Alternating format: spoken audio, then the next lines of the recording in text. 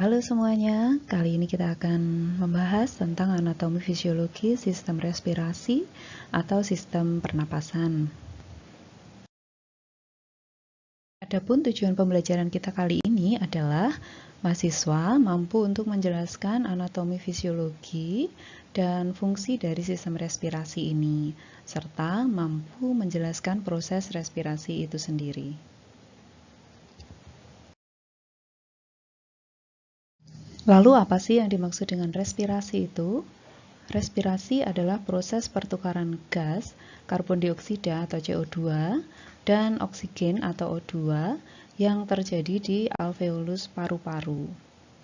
Jadi, fungsi utama dari sistem respirasi atau sistem pernafasan ini utamanya adalah untuk menyediakan oksigen bagi sel-sel tubuh kita, serta mengeluarkan sisa hasil metabolisme yaitu karbon dioksida keluar dari tubuh melalui paru-paru.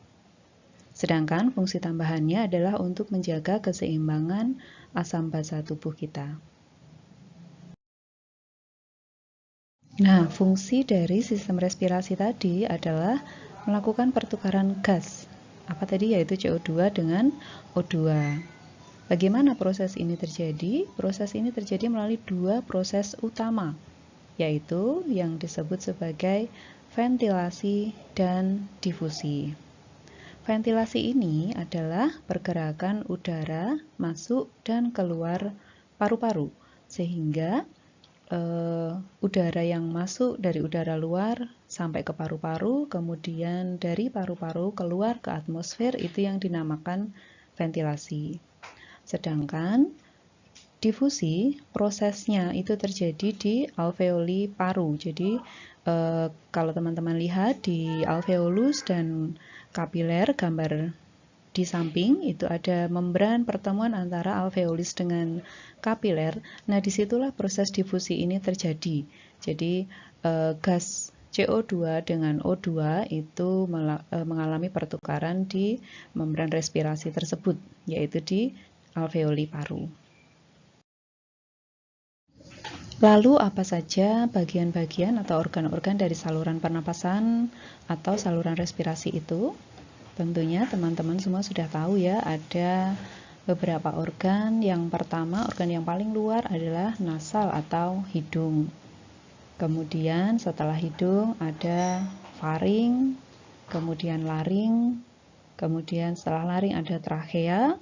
Trachea akan bercabang menjadi bronkus, kemudian bronchiolus dan alveolus, atau kesatuannya disebut sebagai paru-paru atau pulmo. Nah, di situ bronkus dan paru-paru ini yang kita sebut sebagai saluran pernapasan bawah, sedangkan nasal, faring, laring, dan trachea itu termasuk sebagai saluran pernapasan atas atau upper respiratory system.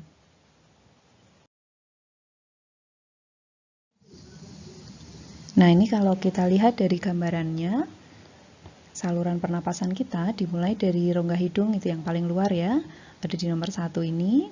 Kemudian setelah dari rongga hidung itu ada faring, nomor 2 itu di gambar. Kemudian di belakangnya ada laring. Kemudian trachea, jadi trachea itu seperti cincin-cincin begitu ya. Kemudian trachea akan bercabang menjadi bronkus kanan, nomor 5 ini, bronkus kanan ke paru-paru kanan dan bronkus kiri ke paru-paru kiri. Kemudian setiap bronkus akan bercabang menjadi bronchiolus, nomor 6 ini. Kemudian ujung dari bronchiolus itu membentuk alveolus atau alveoli, gambar nomor 7. Dan kalau teman-teman perhatikan, di alveolus itu dikelilingi oleh kapiler, kapiler paru ya. Jadi alveolus dikelilingi oleh kapiler paru. Organ-organ saluran nafas tadi itu seringkali dipisahkan berdasarkan posisinya menjadi saluran nafas atas atau upper respiratory system dan saluran nafas bawah atau lower respiratory system. di mana yang termasuk sebagai saluran napas atas itu terdiri dari hidung atau nose, kemudian faring, kemudian laring, dan cincin trakea. Sedangkan saluran nafas bawah itu terdiri dari paru-paru atau pulmo, di mana ada percabangan trakea yaitu bronkus dan bronkeolus. Kita akan melihat satu persatu organ itu, mulai dari saluran napas atas, ada hidung, dan di sekitar hidung ada sinus atau yang disebut sebagai sinus paranasalis. Hidung itu kita tahu ya punya dua rongga hidung atau disebut juga sebagai nostril, dan di tengahnya itu ada sekat yang disebut sebagai septum nasi atau septum nasal. Nah, hidung ini dia tidak hanya sebagai jalan masuk udara saja, tetapi ada banyak hal yang terjadi di hidung. Yang pertama, udara itu akan disaring atau melalui proses filtrasi, di mana udara yang masuk itu dibersihkan dari debu dan bakteri yang masuk. Dilakukan oleh siapa? Yang melakukannya adalah rambut hidung atau silia dan mukus. Kemudian selain disaring juga dilembabkan atau mengalami proses humidifikasi yang dilakukan oleh mukus hidung. Kemudian selain disaring, dilembabkan juga dihangatkan atau diatur suhunya sehingga udara yang masuk itu tidak terlalu panas atau tidak terlalu dingin, tapi sesuai dengan suhu tubuh kita. Yang melakukannya adalah banyaknya pembuluh darah yang ada di rongga hidung itu, dibantu oleh mukus hidung. Kemudian sinus paranasal. Ada beberapa sinus paranasalis. Kalau teman-teman lihat di gambar, itu ada sinus frontalis, ada di bagian depan, tepat di atas hidung, di atas kedua alis ya. Kemudian di belakangnya ada sinus etmoidal atau sinus etmoidalis, jadi ada frontalis, etmoidalis, kemudian di belakangnya lagi ada sphenoidal atau sphenoidalis, ada di belakang etmoidal. Dan sinus yang keempat, itu sinus yang paling lebar di depan, itu yang disebut sebagai sinus maxillaris, letaknya ada di atas tulang maksila. Apa fungsinya sinus itu? Sinus paranasalis ini berfungsi untuk meringankan tengkorak, kemudian membantu juga dalam proses berbicara, dan selain itu juga dia memproduksi mukus yang kemudian nanti dikeluarkan lewat rongga hidung untuk menangkap debris atau kotoran yang ikut masuk. Masih di saluran pernapasan atas ada faring, yaitu tuba setelah hidung. Jadi dia menghubungkan antara hidung atau nares dan rongga mulut dengan laring. Jadi setelah hidung ada faring, kemudian nanti di bawah faring ada laring. Panjangnya kira-kira 13 cm. Kemudian dia berfungsi sebagai saluran nafas untuk traktus respiratori dan sekaligus juga bisa sebagai saluran untuk saluran sistem pencernaan. Di samping itu, faring juga punya silia atau rambut-rambut halus yang berfungsi untuk menyaring udara yang masuk dari hidung ke faring. Kemudian faring juga bisa, kalau ada benda asing yang masuk sampai ke faring, dia akan ada rangsangan bersin yang terjadi untuk mengeluarkan benda asing itu. Nah, faring ini yang tadi panjangnya 13 cm itu ada 3 bagian yang disebut sebagai nasofaring, orofaring, dan laryngofaring. Bisa lihat gambarnya di sisi kanan ada nasofaring, jadi itu saluran yang menghubungkan antara hidung dengan faring. Kemudian orofaring, jadi dia persis berada di belakang rongga mulut. Kemudian laryngofaring atau disebut juga sebagai hipofaring, jadi dia ada di bagian paling bawah antara faring dengan laring. Lanjut dari saluran pernapasan atas setelah faring adalah laring, di mana panjangnya sekitar 5 cm, kemudian dia terdiri atas epitel dan cincin tulang rawan atau yang disebut sebagai kartilago. Ada 3 jenis kartilago atau tulang rawan, yaitu kartilago tiroid, krikoid, dan arytenoid. Kartilago tiroid ini kalau dari laki-laki bisa terlihat jelas dari luar ya, karena ada penonjolan yang disebut sebagai jakun atau Adam's apple. Kemudian di dalam laring juga ada pita suara. Nah, sehingga laring ini selain berfungsi sebagai saluran nafas juga berfungsi untuk proses wicara karena ada pita suara itu. Jadi fungsi utamanya ada vokalisasi, kemudian melindungi jalan nafas bawah dari obstruksi benda asing, sehingga memudahkan saat batuk. Hal ini terutama dilakukan oleh yang namanya epiglotis. Kalau teman-teman lihat di gambar sebelah kiri, di laring itu ada epiglotis di bagian paling atas, itu adalah katup. Katup itu akan menutup ke arah laring ketika ada makanan yang masuk ke saluran makanan atau kerongkongan. Jadi epiglotis ini berfungsi ketika ada makanan masuk, dia akan menutup trakea, menutup saluran nafas sehingga tidak tersedak ya. Di bawah laring ada saluran trakea, seperti kalau di gambar itu ditunjukkan dengan tanda panah merah. Trakea seperti cincin, panjangnya sekitar 12-15 cm. Kemudian di dalam trakea juga ada sel mukosa yang memproduksi mukus, sehingga kalau ada debris atau debu yang ikut masuk ke trakea, itu akan digerakkan oleh silia atau rambut halus menuju ke atas, sehingga bisa dikeluarkan baik itu dibatukkan lewat mulut ataupun bisa juga tertelan sehingga tidak masuk ke dalam paru-paru. Nah, selanjutnya kita akan membahas tentang saluran pernapasan bawah yang terdiri dari paru-paru, di mana di dalamnya ada bronkus, bronkeolus, dan alveoli atau alveolus. Paru-paru. Nah, paru-paru disebut juga sebagai pulmo, itu terdiri dari dua sisi, yaitu sisi kanan atau pulmo dextra dan sisi kiri atau pulmo sinistra.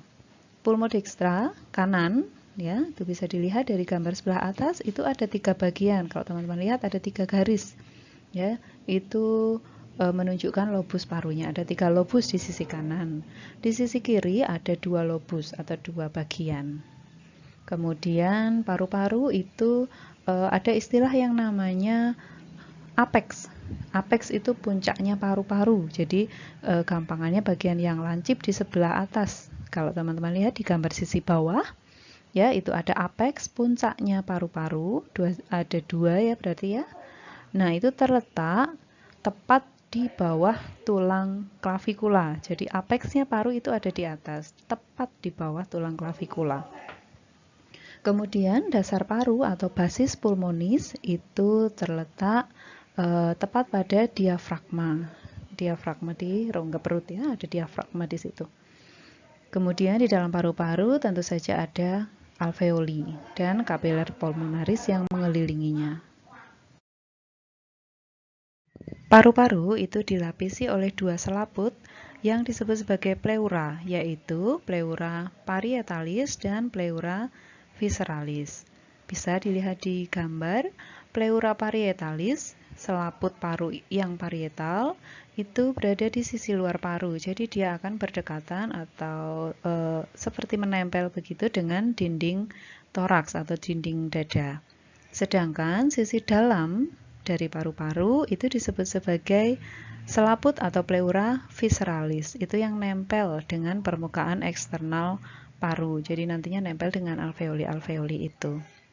Nah, pleura itu menghasilkan cairan yang sifatnya serosa gitu, dan dia melubrikasi paru sehingga nanti paru-paru itu mudah bergerak di dalam rongga dada. Ketika kita bernafas, paru-paru mengembang dan mengempis, itu gerakannya itu dibantu oleh lubrikasi dari cairan serosa yang diproduksi oleh pleura ini. Dari saluran nafas atas trakea tadi, kalau teman-teman masih ingat, ada hidung, faring, laring, trakea. Kemudian trakea ini akan bercabang menjadi dua yang disebut sebagai bronkus. Bronkus dextra yang ke arah kanan dan sinistra yang ke arah kiri. Kemudian bronkus dextra ini sifatnya dia lebih pendek, ya, lebih pendek, lebih lebar dan lebih vertikal atau lebih ke arah vertikal gitu dari percabangan trakeanya daripada yang sinistra. Jadi sinistra ini dia sifatnya lebih panjang daripada yang dextra dan lebih horizontal letaknya. Jadi teman-teman bisa memahami kalau ada aspirasi benda asing sampai masuk ke trakea dan ke bronkus, dia akan cenderung masuk ke bronkus kanan daripada ke kiri karena sifat bronkus kanan yang dia lebih pendek, lebar, dan lebih vertikal, terutama karena sifat itu, sehingga lebih cenderung masuknya ke paru kanan, bronkus kanan, kalau ada benda asing yang sampai masuk ke situ. Ini gambarannya ya dari trakea, kemudian ada percabangan bronkus, bisa dilihat kalau yang kanan, bronkus kanan itu dia sifatnya lebih vertikal, sedangkan yang kiri itu lebih horizontal. Kemudian dari percabangan bronkus, kemudian bronkeolus sampai ke bronkeolus terminalis sehingga kemudian sampai ke alveoli atau alveolus. Lanjut ke bagian paling penting dari paru-paru yaitu alveoli. Paru-paru kita, orang dewasa, itu memiliki sekitar 300 juta alveoli. Kemudian di dinding sel alveoli ini sifatnya itu adalah terdiri dari sel epitel squamosa yang tipis. Kemudian dia diliputi oleh kapiler pulmonari. Bisa dilihat di dalam gambar, dinding alveolus itu sangat berdekatan erat dengan kapiler, dinding kapiler, sehingga pertemuan atau membran dinding yang saling berdekatan antara dinding alveolus atau membran alveoler dengan kapiler, inilah yang disebut sebagai membran respirasi. Jadi membran respirasi ini terdiri dari dua membran, dari alveolus dan dari kapiler. Nah, disinilah di membran respirasi inilah terjadi pertukaran gas dengan proses difusi. Jadi gas apa? Gas oksigen yang dari alveolus menuju ke kapiler dan gas karbon dioksida dari kapiler ke alveolus. Nah, kalau tadi kita membahas tentang organ-organ atau saluran pernapasan, ini kita masuk ke bagian otot bantu pernapasan. Jadi otot-otot yang membantu kita untuk menggerakkan rongga dada ini sehingga proses pernapasan bisa terjadi. Otot-otot apa yang berperan penting? Nah, pada saat inspirasi, otot inspirasi utama bisa dilihat di gambar muscles of inspiration. Otot inspirasi utama itu ada musculus intercostalis external.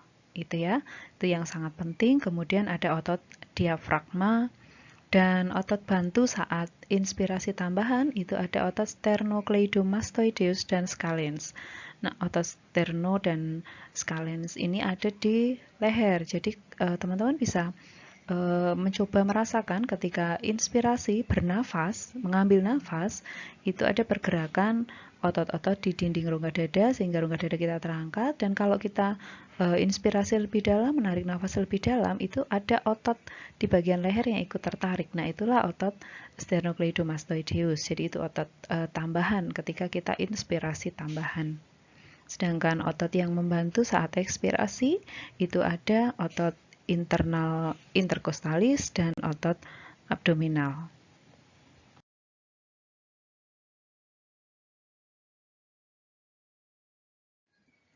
Proses respirasi sendiri kita bisa membedakan menjadi respirasi eksterna dan respirasi interna. Respirasi eksterna ini terjadi di area paru-paru. Jadi ada ventilasi, keluar masuknya udara luar ke dalam paru-paru, dan sebaliknya saat proses bernafas, dan pertukaran gas yang terjadi di alveolus, di membran kapiler dengan proses difusi tadi. Ini disebut sebagai pernapasan eksternal. Jadi prosesnya terjadi dengan ventilasi dan pertukaran gas yang di alveolus. Sedangkan respirasi interna itu yang terjadi di sel. Jadi ada pertukaran gas, oksigen yang dibawa oleh kapiler dari paru tadi mengalami difusi, pertukaran gas dengan CO2 dengan sel jaringan. Kemudian oksigen yang sudah sampai ke sel tadi digunakan sehingga terbentuk energi yang dapat digunakan oleh sel-sel tubuh kita. Ini yang disebut sebagai respirasi interna. Jadi eksterna itu terjadi di paru, interna itu terjadi di sel tubuh kita.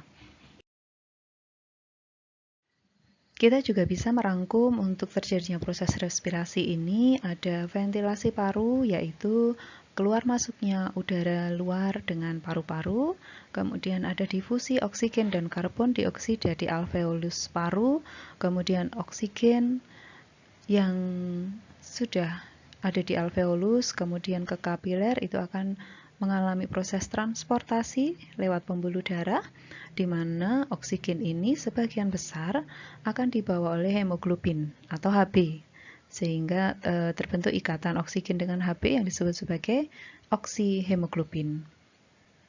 Sedangkan pengaturan pernapasan sendiri itu terutama diatur oleh kontrol saraf pusat pernapasan di medula oblongata. Selain kontrol saraf, juga sebenarnya regulasi respirasi ini juga diatur secara kimiawi, yaitu melalui kadar alkali darah dan gerakan badan yang kuat. Proses respirasi yang pertama adalah ventilasi. Ventilasi itu melalui dua cara, yaitu inspirasi dan ekspirasi. Inspirasi atau masuknya udara luar ke dalam paru-paru ini bisa terjadi karena ada kontraksi dari otot interkostalis eksterna, musculus externa interkostalis, sehingga iga, tulang iga kita terangkat, kemudian dibantu dengan kontraksi dari diafragma, sehingga diafragmanya ini bergerak ke arah bawah, sehingga rongga dada kita menjadi melebar, udara bisa masuk ke dalam paru-paru kita. Bisa dilihat dari gambarnya ada pelebaran rongga dada sehingga udara bisa masuk.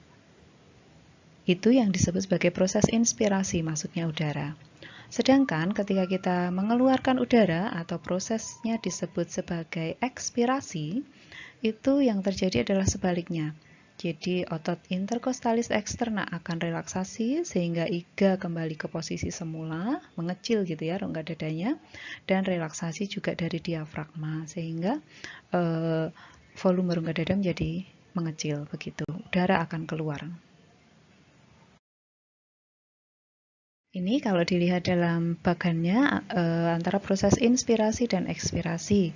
Inspirasi, udara masuk melalui hidung, kemudian ada gerakan-gerakan dari otot interkostalis dan diafragma, sehingga rongga dada melebar dan udara bisa masuk.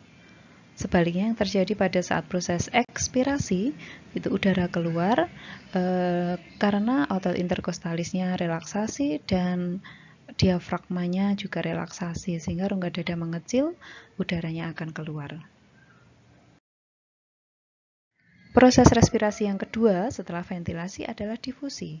Difusi adalah pertukaran gas, di mana oksigen yang banyak terdapat di paru-paru, sedangkan di alveoli, sedangkan di kapiler itu sangat sedikit, sehingga konsentrasi oksigen yang banyak di alveoli ini akan berdifusi ke kapiler, sehingga dibawa oleh kapiler ini ke seluruh tubuh. Dan sebaliknya yang terjadi, karbon dioksida yang banyak terdapat di kapiler paru, sedangkan di alveoli sedikit, maka dengan cara difusi, karbon dioksida ini akan berdifusi, berpindah dari kapiler ke alveoli untuk nanti dikeluarkan lewat paru-paru, lewat hidung ke udara luar. Itu proses difusi atau pertukaran gas melalui proses difusi. Jadi demikian teman-teman untuk anatomi fisiologi sistem respirasi. Tadi kita sudah bahas mengenai anatomi sistem respirasi, di mana ada saluran nafas atas dan saluran nafas bagian bawah. Sedangkan fungsi sistem respirasi sendiri terutama adalah menyediakan oksigen bagi sel-sel tubuh dan mengeluarkan karbon dioksida dari tubuh kita. Dan proses respirasi sendiri terjadi melalui dua proses, yaitu proses ventilasi dan difusi. Demikian untuk materi sistem anatomi fisiologi sistem respirasi. Semoga bermanfaat.